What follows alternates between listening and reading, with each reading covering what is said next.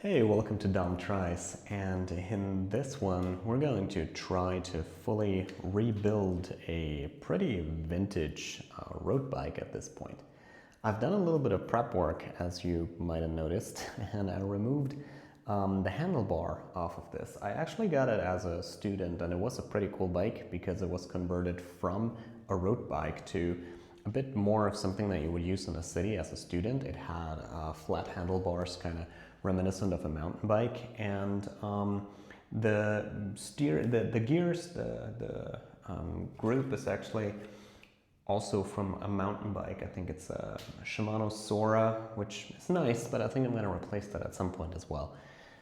So our first point of action is to make this look a little bit more like an actual road bike again. And for this, I got a couple of parts here that I ordered directly off AliExpress, and I think all of this, so this is the stem and the handlebar itself, cost me less than 30 bucks, and I think I'm gonna make this the theme of the whole road bike conversion project. I wanna buy everything off of AliExpress, which is gonna make this incredibly cheap because I have no experience with bike maintenance at all.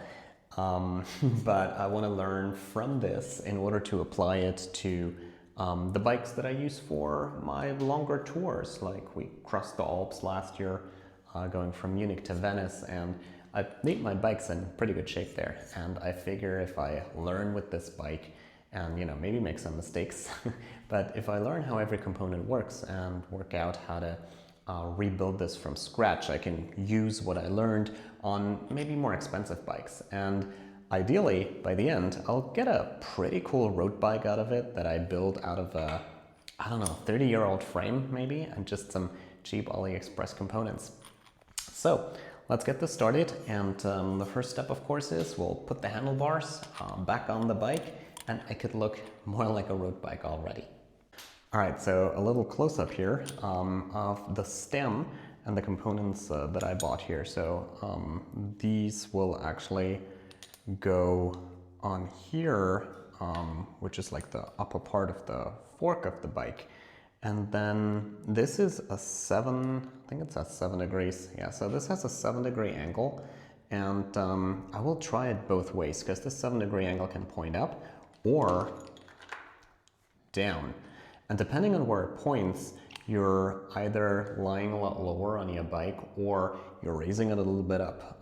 Up, of course, is comfort, but also it's a lot more wind resistance, so it makes you slower, or it costs you more effort to go faster. And then I will slide this into the stem, and this will hold everything in place, and it will allow me to basically just pop the drop handlebars in here. So one of the things that I've learned with my regular bike when I took off the pedals, for example, was that it's really, really hard to remove parts after a while. There's dirt and grime, there's water getting in there, so maybe it's rusting a little bit. And what really helps is just a little dab of some sort of grease. This I just got in like a hardware store.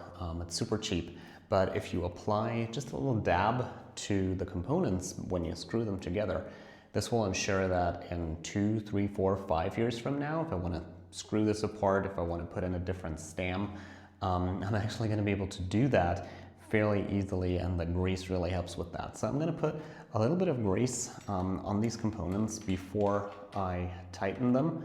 And here I already slid this in, and then I remembered, okay, I'm going to need some grease. So I went, I got some grease, and I'm gonna apply just a little dab to the tube. This works because both of this is metal. The fork is aluminum, I'm pretty sure. Not sure what this is, probably some stainless steel stuff. Don't do this for carbon frames because the carbon needs to grip. So if both the fork and that thingy that you put in the tube, if they're both carbon, you're going to want them to grip as perfectly as possible without applying a lot of force, and they can't do that if you put regular grease in there. There's a solution to that, which is pretty easy. There is a dedicated sort of grease that you can put for carbon, and that will actually increase the grip between carbon parts, as I have understood it. I do not own this. I've not applied it to my carbon bike yet. I probably should have. I did actually flip the stem on my carbon bike very recently, because I learned this also had this sort of negative or positive 7-degree angle. And that helped a lot with the comfort, because the other bike that I own was very, very sporty. I had to lean down a lot, which wasn't very comfortable because I do longer tours on this. This one I'm now installing with the 7-degree angle facing downward, and I think that's going to help me with aerodynamics, and I'm going to use this for shorter rides and, you know, maybe some speed, and I can still flip it around if I want to. So for now, I'm going for aerodynamics over comfort. This is an 80mm stem, by the way, which should suit my body size fairly well. There's different lengths of these, as well as different widths of the actual handlebars. So if you do get these, try to ask, like, I've just chatted with Gemini. I put in my measurements, my height, my weight, and it sort of told me what would be a good fit for me. Because these are so cheap, I'm just trying these out, and if I don't like them, I might get a shorter or a longer stem, or a wider or a narrower drop handlebar down the road, and I can still use these as spare parts for future projects that might be coming up.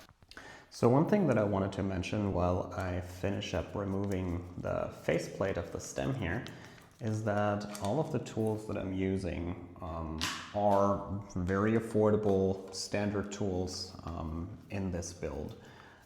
Why is that? Well, when I came up with this idea for the Dom Tries channel, I wanted to just try a bunch of different things as a person who is not an expert in any of them, because I really find enjoyment in learning, and I want to show that a lot of things are possible to do on your own, and to pick up those skills that are necessary for that.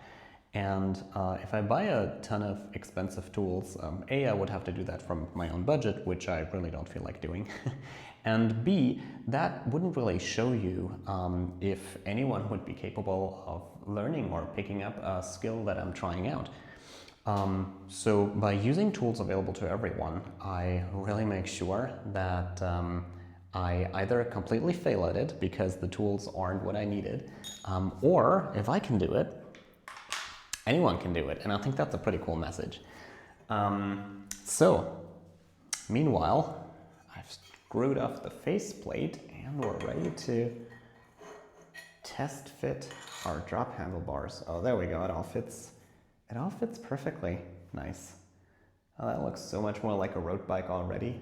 All right, I'm gonna grease up the screws, start screwing them in, and then I'm gonna be back. All right, we're almost about to finish here, and I think this looks pretty awesome already. Now I'm using a torque screwdriver because I do want these skills to be transferable to other bikes as well. I don't think it's strictly necessary with this sort of aluminum handlebar to know exactly how much Newton meter you tighten this with. This is more like if you want to protect the components and don't want to compress them too much with carbon, for example. But even so, what I do want to know and make sure is that I tighten them enough so they don't come loose while I'm riding the bike. So I'm gonna adjust this to 5 Newton meters, which, gee, I hope that's enough to not fall apart on my first ride. And then I'm gonna make sure, and that's a bit of a tricky part maybe, I'm gonna make sure that these are pretty much level with the ground. And I now see that I don't actually know what the ground is because I have this up on the rack. Okay, I might have to take the bike down to see what the ground is.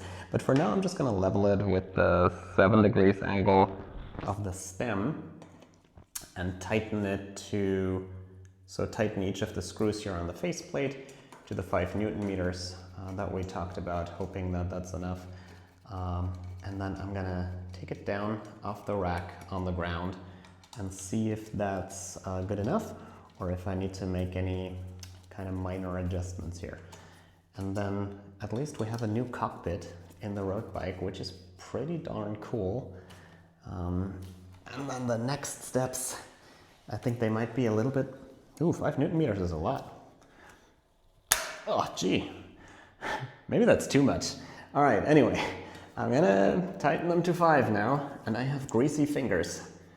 Great, why did I grease the screws before well, I had to grease the screws before I screwed them in, right? So, yeah, not sure I thought that through to the end. But anyway, that will conclude this build. This part of the build. Then I need to put some grip tape on here, which I did try on my other bike as well. It's not that tough. And then obviously we're going to go down the group set, and we're gonna have a look at the brakes. We're gonna have a look at the shifters. I'm still not sure if I want to keep them. They look all right, and Shimano Sora is actually pretty durable from what I've read. So I might just keep these, but I will definitely have to replace the shifters on the handlebars in the cockpit to be road shifters, because obviously the shifters I had before were from a mountain bike. So I just put away the grease, and then the moment of truth has come. Let's take this off the rack and see if my adjustments were okay. Let's see. This doesn't look too bad. Yeah. Oh gee, this is comfortable already. I think I can work with this.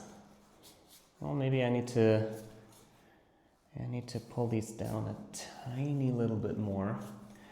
But this looks decent. So I'll see you for the next part of this build.